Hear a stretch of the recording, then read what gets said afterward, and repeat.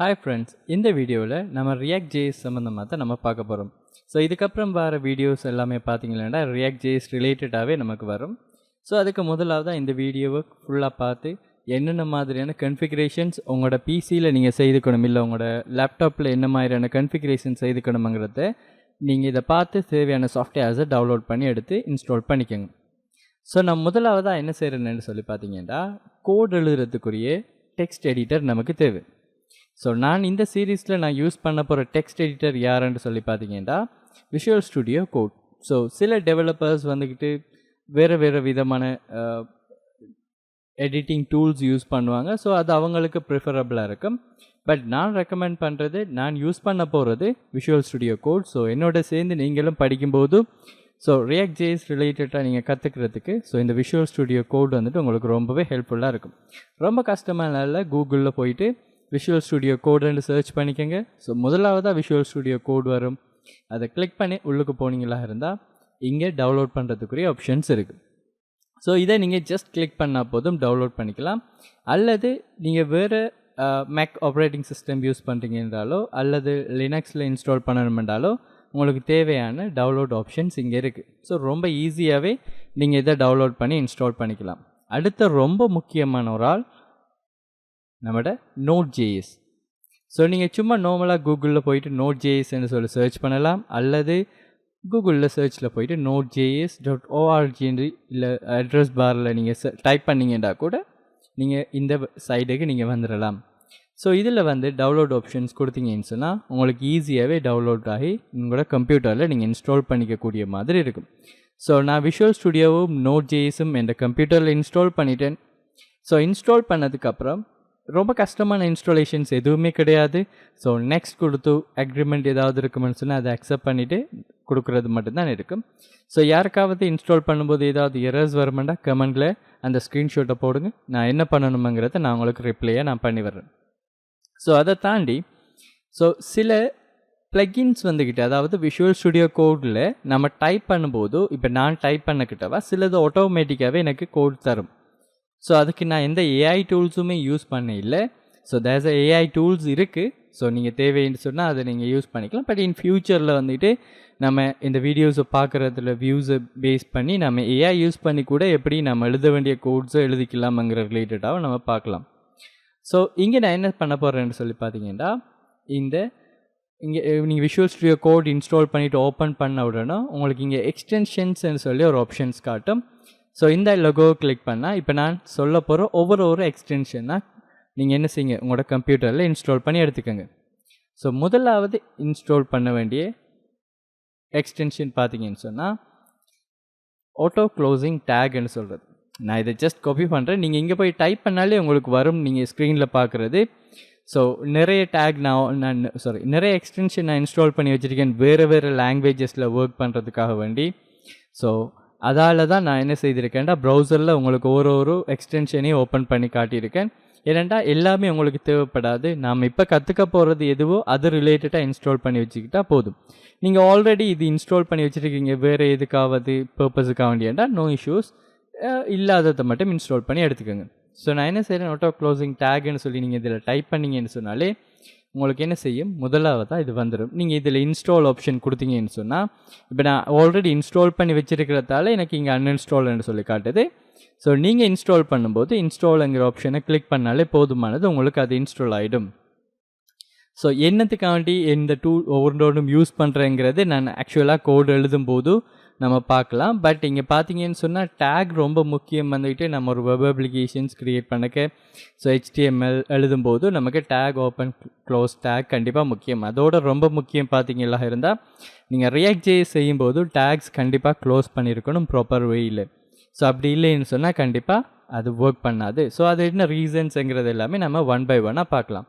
So அடுத்ததாக நீங்கள் install பண்ண வேண்டியது ES6 and React Native Snippets ன்னு சொல்கிற இந்த டூல்ஸை இன்ஸ்டால் பண்ணி எடுத்துக்கோங்க. இந்த திங்ஸ் நீங்கள் எடுத்து வெறும் நீங்கள் டைப் பண்ணாலே போதுமானது. ஸோ நான் எல்லாத்துக்கும் செய்து காட்டுறேன். நீங்கள் பாருங்கள், நான் அதை அப்படியே காப்பி பேஸ்ட் பண்ணியிருக்கேன். ஸோ உங்களுக்கு இங்கே காட்டும். ஸோ இன்ஸ்டால் பண்ணிக்கிட்டீங்கன்னா சரி, நான் ஆல்ரெடி இன்ஸ்டால் பண்ணி வச்சுருக்கேன், அதால் எனக்கு அது தேவையில்லை. ஸோ அடுத்ததாக பார்த்தீங்களா இருந்தால் ஸோ ரியாக்ட் ஜேஎஸ்ங்கிறது ஒரு ஃப்ரண்ட் எண்டுக்குரியது. ஸோ பேக் எண்டுக்குரியது நம்ம நிறைய வேஸ் பார்க்கலாம். ஸோ கண்டினியூஸாக நீங்கள் வீடியோஸுக்கு தர சப்போர்ட்டை பேஸ் பண்ணி நான் அடுத்தடுத்த வீடியோஸ் இன்ஸ்டால் பண்ணுறது அடுத்தடுத்த வீடியோஸ் நான் அப்லோட் பண்ணுறதை பற்றி நான் டிசைட் பண்ணிக்குவேன். ஸோ ஹோப் எல்லாருமே சப்போர்ட் பண்ணுவீங்கன்னு நினைக்கிறேன். பட் ஃப்ரண்ட் எண்ட் டெவலப்மெண்ட்டில் பார்த்தீங்கன்னு சொன்னால் நம்ம ரியாக்ட் ஜேஎஸில் யூஸ் பண்ணிக்கலாம். பட் பேக் எண்ட் நமக்கு இங்கே தேவைப்படும். ஸோ அந்த இடத்த நெக்ஸ்ட் ஜேஎஸ் அதே மாதிரி எக்ஸ்பிரஸ் ஜேஎஸ்ன்னு சொல்லியிருக்கேன். ஆஸ் அ பிகினராக நீங்கள் கற்றுக்கிறதுக்கு எக்ஸ்பிரஸ் ஜேஎஸ் உங்களுக்கு ஹெல்ப் பண்ணும். அதுக்கப்புறம் நம்ம இதையும் பார்த்துட்டு அதுக்கப்புறம் ஃபைபேஸ் டேட்டா பேஸ் யூஸ் பண்ணி எப்படி அதில் இருக்கிற சர்வீசஸை யூஸ் பண்ணிக்கலாம் பேக்கெண்ட் க்ரியேட் பண்ணாமல் என்று சொல்கிற மாதிரியான திங்ஸ் எல்லாம் நம்ம பார்க்கக்கூடிய மாதிரி இருக்கும். ஸோ அதுக்கு இந்த ப்ளகின்ஸ் உங்களுக்கு ஹெல்ப்ஃபுல்லாக இருக்கும். ஸோ நான் அதை ஜஸ்ட் காப்பி பண்ணிட்டீங்க பேஸ்ட் பண்ணுறேன். ஸோ பார்த்தீங்களா இருந்தால் அங்கே இருக்கிற அதே இது தான் இங்கே இருக்குது. ஸோ எக்ஸாக்டாக நீங்கள் ஸ்க்ரீனில் பார்க்குற அதே நேமை நீங்கள் டைப் பண்ணாலே போதும், கண்டிப்பாக உங்களுக்கு வரும். அப்படி சில நேரங்களில் லோட் ஆகிட்டுருக்குன்னு சொன்னால் மேபி அது உங்களோட இன்டர்நெட் இஷ்யூஸாக இருக்கலாம். ஸோ ப்ராப்பரான இன்டர்நெட் கனெக்ஷன்ஸை வச்சுட்டு நீங்கள் ட்ரை பண்ணிங்கன்னா கண்டிப்பாக வரும்.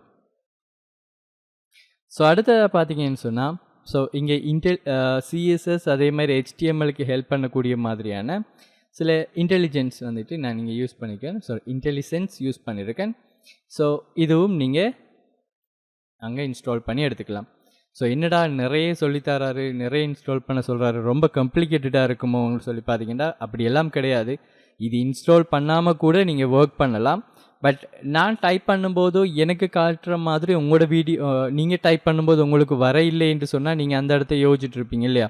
ஸோ அதற்காக வேண்டி தான் நான் என்ன செய்கிறேன்னா உங்களுக்கு நான் என்னையெல்லாம் இன்ஸ்டால் பண்ணி வச்சுருக்கணும் எனக்கு யூஸ் பண்ணுறதுக்கு அது எல்லாமே நான் காட்டுறேன்.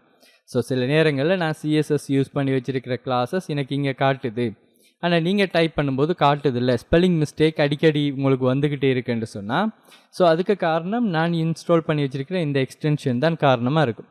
ஸோ அதால் நம்ம கோட் எழுத ஸ்டார்ட் பண்ணும்போது எந்த பிசியில் என்ன மாதிரியான கன்ஃபிகரேஷன் பண்ணியிருக்கணும் அது அவ்வளோ உங்களோட பிசியில் இருந்தால் இந்த வீடியோவை பார்த்து நீங்கள் செய்கிறது எக்ஸாக்டாக உங்களுக்கு அதே மாதிரி வரும். So no worries. ஸோ நான் இதை இன்ஸ்டால் பண்ணி எடுத்தாச்சு. ஸோ அடுத்தது பார்த்தீங்கன்னு சொன்னால் ஜாவாஸ்கிரிப்ட் ES6 கோட் ஸ்னிப்பெட்ஸ்ன்னு சொல்லி எடுத்திருக்கேன். ஸோ இது என்னது, நம்ம ஜாவாஸ்கிரிப்ட் டைரெக்டாக நம்ம எழுத போகிறது இல்லையே என்று சொல்லி மேபி நீங்கள் யோசிச்சிங்களா இருந்தால் தேர்ஸ் அ ரீசன். நம்ம சில காமனான கோட்ஸ் எல்லாமே வந்துட்டு JS ஃபைலில் நம்ம மாற்றிருப்போம். ஸோ அந்த இடத்த நமக்கு ES6 யூஸ் பண்ணுற, அதாவது ES6 நான் இங்கே யூஸ் பண்ணுறதுக்குரிய சில ஃபங்க்ஷனாலிட்டி இந்த மாதிரி யூஸ் பண்ணக்க ஆட்டோமேட்டிக்காக எனக்கு அந்த கோட்ஸ் காட்டக்கூடிய மாதிரி இருக்கும். ஸோ நீங்கள் இங்கே ஷார்ட் ஃபார்ம்ஸ் எல்லாம் பார்த்துக்கலாம். ஸோ அந்த நீங்கள் இங்கே இதைத்தான் அப்படியே எக்ஸாக்டாக டைப் பண்ணணுமென்னு சொல்கிற அவசியம் கிடையாது. உங்களுக்கு நீங்கள் இங்கே உங்களோட விஷுவல் ஸ்டுடியோ கோடில் நீங்கள் டைப் பண்ணிவிட்டு உங்களுக்கு இந்த லிங்க் இந்த மாதிரியான ஒரு எக்ஸ்டென்ஷனை நீங்கள் பார்த்துட்டிங்கன்னா இங்கே கொண்டு போனால் பாருங்கள், எக்ஸ்டென்ஷன் நேமுக்கு மேலே நீங்கள் கொண்டு போகும்போது கிளிக் பண்ணுற மாதிரி ஒரு ஆப்ஷன் காட்டும். அதை கிளிக் பண்ணிங்கன்றாலே ஆட்டோமேட்டிக்காக உங்களோட ப்ரௌசரில் அதை கொண்டு வந்து விடும். ஸோ அங்கே நீங்கள் ஈஸியாகவே அதில் யூசர் மெனுவலில் நீங்கள் பார்த்துக்கக்கூடிய மாதிரி இருக்கும். No worries. நாம் இங்கே இருக்கிற எல்லாம் இப்போ நம்ம இன்ஸ்டால் பண்ணுற அவ்வளோ டைம் கம்ப்ளீட்டாக அப்ளை பண்ணுவோமான்னு கேட்டிங்கன்னா கிடையாது. அப்ளை பண்ணுறதுக்குரிய சான்சஸ் வரும்போது, தேவை இருக்கும்போது நம்ம கண்டிப்பாக அந்த மாதிரியான ஷார்ட்கட் எல்லாம் யூஸ் பண்ணி செய்துக்குவோம். ஸோ நானும் சில இடங்களில் ஷார்ட்கட் நம்ம திருப்பி கோட்ஸை ரிப்பீட்டடாக டைப் பண்ணிக்கிட்டே இருந்தால் கண்டிப்பாக நமக்கே போர் அடிக்கும் இல்லைங்களா? ஸோ அதனால் நான் என்ன செய்துக்கிறேன், ஸோ இந்த மாதிரியான எக்ஸ்டென்ஷனை உங்களுக்கு ரெக்கமெண்ட் பண்ணிக்கிறேன். ஸோ அடுத்தது பார்த்தீங்கன்னா JS டாக் ஜென்ரேட்டர். ஸோ இது கட்டாயமாக இன்ஸ்டால் பண்ணணுமான்னு கேட்டிங்கன்னா கிடையாது.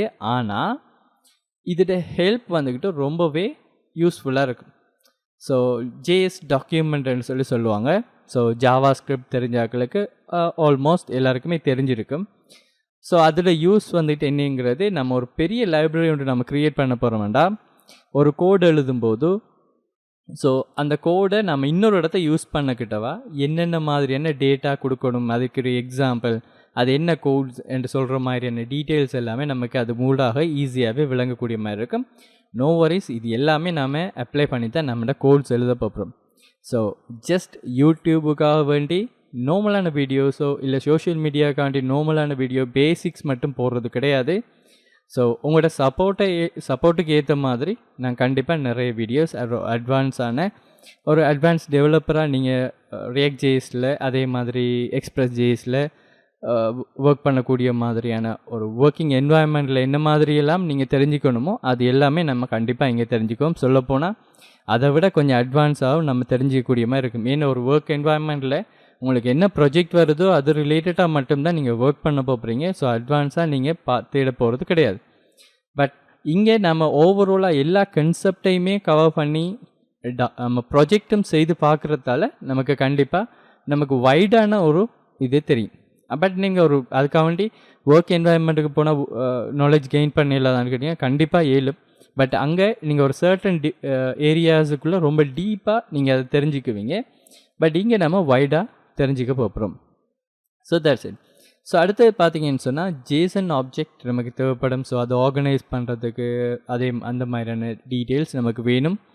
ஸோ அதுக்காக வேண்டி நான் இந்த ஜேசன் இன்ஸ்டால் பண்ணி வச்சுருக்கேன். ஸோ நீங்களும் இன்ஸ்டால் பண்ணி வச்சுக்கோங்க. ஜேசன் ஃபைல்ஸை ஆர்கனைஸ் பண்ணி பார்க்குறதுக்கு நமக்கு ரொம்ப யூஸ்ஃபுல்லாக இருக்கும்.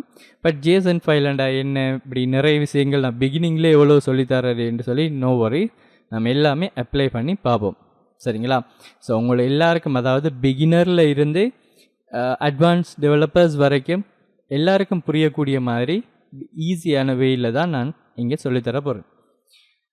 ஸோ அடுத்தது பார்த்தீங்கன்னு சொன்னால் லைவ் சர்வர். இது கண்டிப்பாக நமக்கு ரியாக்ட் ஜேஎஸ்க்கு தேவைப்படாது. பட் நாம் HTML CSSல சில கோட்ஸ் எழுதிட்டு உங்களுக்கு புரியக்கூடிய மாதிரி இருக்கணுங்கிறதுக்காக வேண்டி நான் அதை ஜாவா ஸ்கிரிப்டில், அதாவது நம்மளோட ரியாக்ட் ஜேஎஸ்க்கு மாற்றி, ஸோ அது எந்த அளவுக்கு நமக்கு ட்ரெடிஷ்னலாக HTML CSSல எழுதுறதை விட இதில் செய்யும்போது நமக்கு எந்த அளவுக்கு அது யூஸ்ஃபுல்லாக இருக்குது, இல்லை நம்மளுடைய எவ்வளவு வெயிட்டேஜ், நம்மளோட ஒர்க்கில் இருக்கிற வெயிட்டேஜை இது குறைக்குது என்கிறத டெமோ பண்ணி காட்டுறதுக்கு நான் இந்த லைவ் சர்வர் யூஸ் பண்ணுவேன். எதுக்கு? HTML CSS எழுதி அதை அவுட்புட் பார்க்குறதுக்கு. பட் ரியாக்ட் ஜேஎஸ்க்கு தேவையான்னு கேட்டிங்கன்னா கண்டிப்பாக தேவையில்லை. ஸோ அதில் ஆல்ரெடி லைவ் சர்வர்ஸ் இருக்குது. ஸோ அதால் நாம் அதுக்கண்டி இன்ஸ்டால் பண்ணலை. இது இன்ஸ்டால் பண்ணி வச்சுக்கோங்க.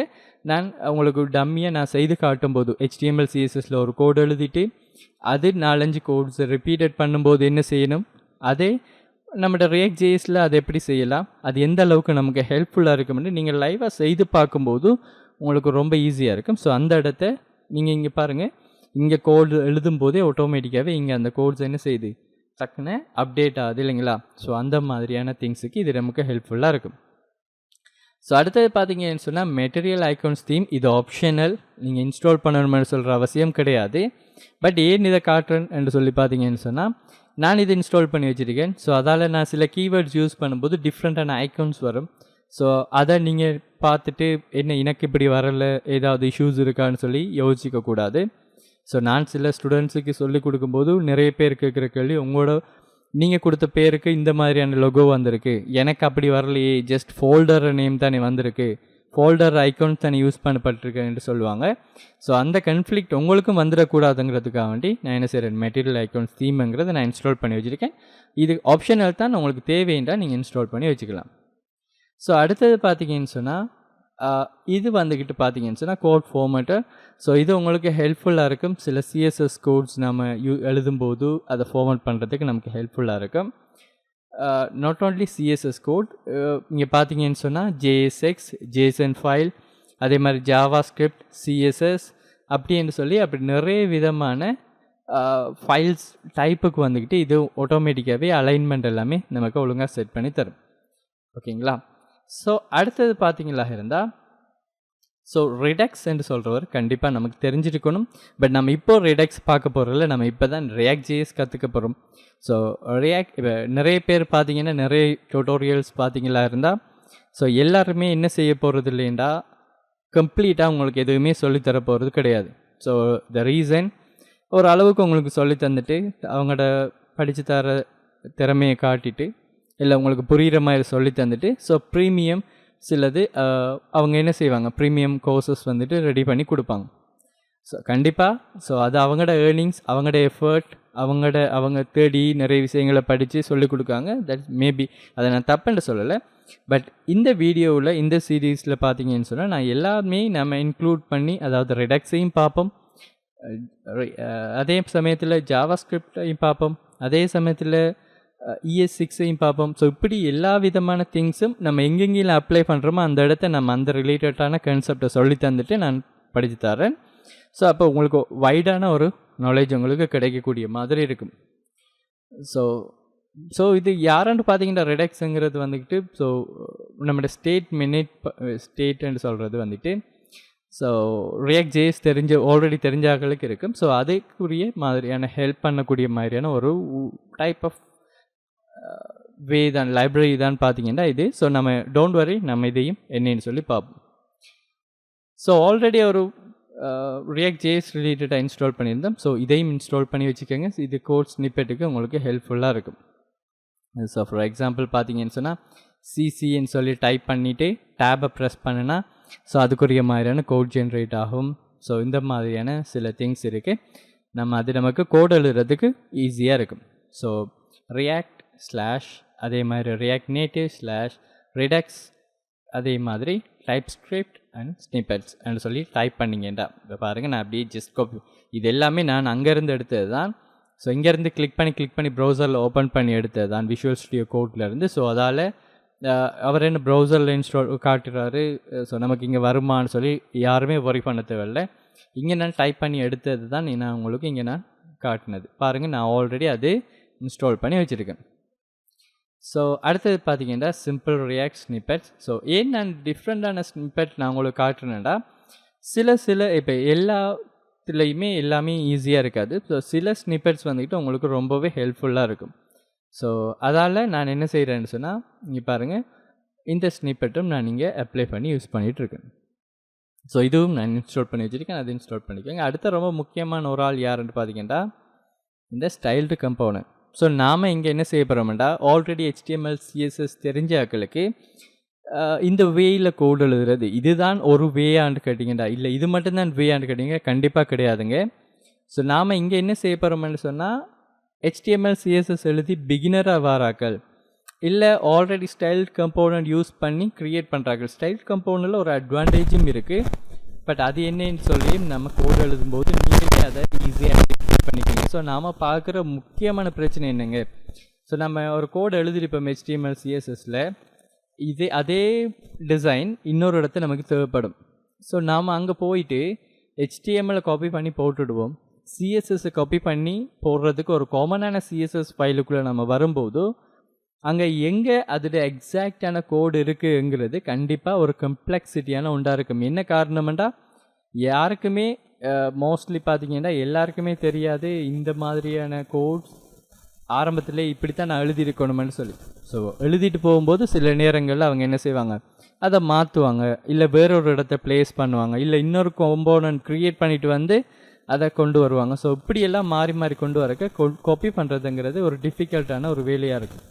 பட் ஸ்டைல்டு கம்போனன்ட் நம்ம யூஸ் பண்ணோம்னு சொன்னால் அது ரொம்ப ஈஸியான வேயில் நம்ம CSS எழுதுக. At the same time we can pass the parameters. நம்ம என்ன செய்யலாம்னா, நமக்கு ஒரு டேட்டாவுக்கு ஏற்ற மாதிரி CSS மாறணுங்கிறதுக்கும் நமக்கு இந்த ஸ்டைல் கம்போனன்ட் யூஸ்ஃபுல்லாக இருக்கும். நம்ம யூஸ் பண்ணுவோம் ரியாக்ட் ஜேஸில், அதுக்குரிய ஸ்னிப்பெட்ஸ் நான் இங்கே கொடுத்துருக்கேன், அதையும் இன்ஸ்டால் பண்ணிக்கோங்க. அடுத்தது VS கோடுக்குரிய ஸ்டைல் கம்போனன்ட்க்குரிய திங்ஸ். ஸோ அப்போ அது ஆட்டோமேட்டிக்காகவே ஐடென்டிஃபை பண்ணிக்க. அப்போ இது வந்துட்டு ஸ்னிப்பெட்ஸ் உங்களுக்கு என்ன செய்யும், ஷார்ட்கட்ஸுக்குரிய மாதிரியான திங்ஸ் வரும். ஸோ ஃபார் எக்ஸாம்பிள் SC என்று டைப் பண்ணிங்கன்னு சொன்னால், ஸ்டைல் கம்போனன்ட் டைப் பண்ணிங்கன்னா உங்களுக்கு ஒரு கம்போனன்ட் க்ரியேட் ஆகிறது வரும்.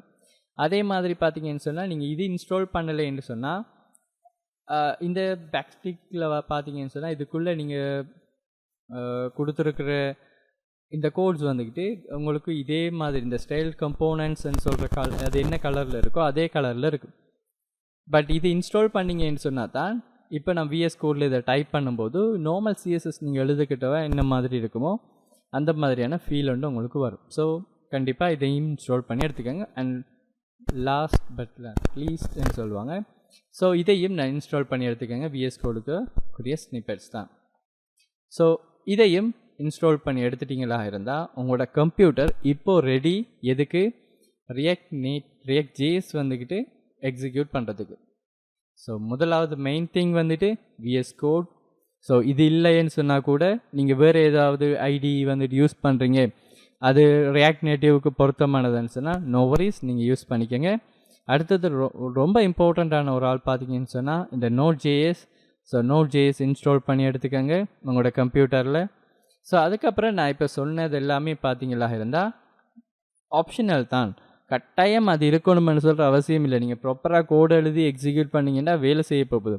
ஆனால் ஹியூமன் எரர்ஸை குறைக்கிறதுக்கும் அதே மாதிரி நிறைய டைமை சேவ் பண்ணுறதுக்காக வேண்டியும் தான் நான் எவ்வளவு ப்ளகின்ஸ் எவ்வளோ எக்ஸ்டென்ஷன் வந்துட்டு நான் உங்களுக்கு சொல்லி தந்ததுக்குரிய ரீசன்ஸ்.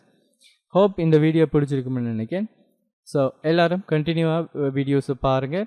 ஸோ நான் ஒவ்வொரு வீடியோஸ்லேயும் ஒவ்வொரு டாப்பிக்கோடையும் முக்கியமான இம்பார்ட்டண்டான கன்செப்டோடையும் நான் உங்களை மீட் பண்ணுறேன்.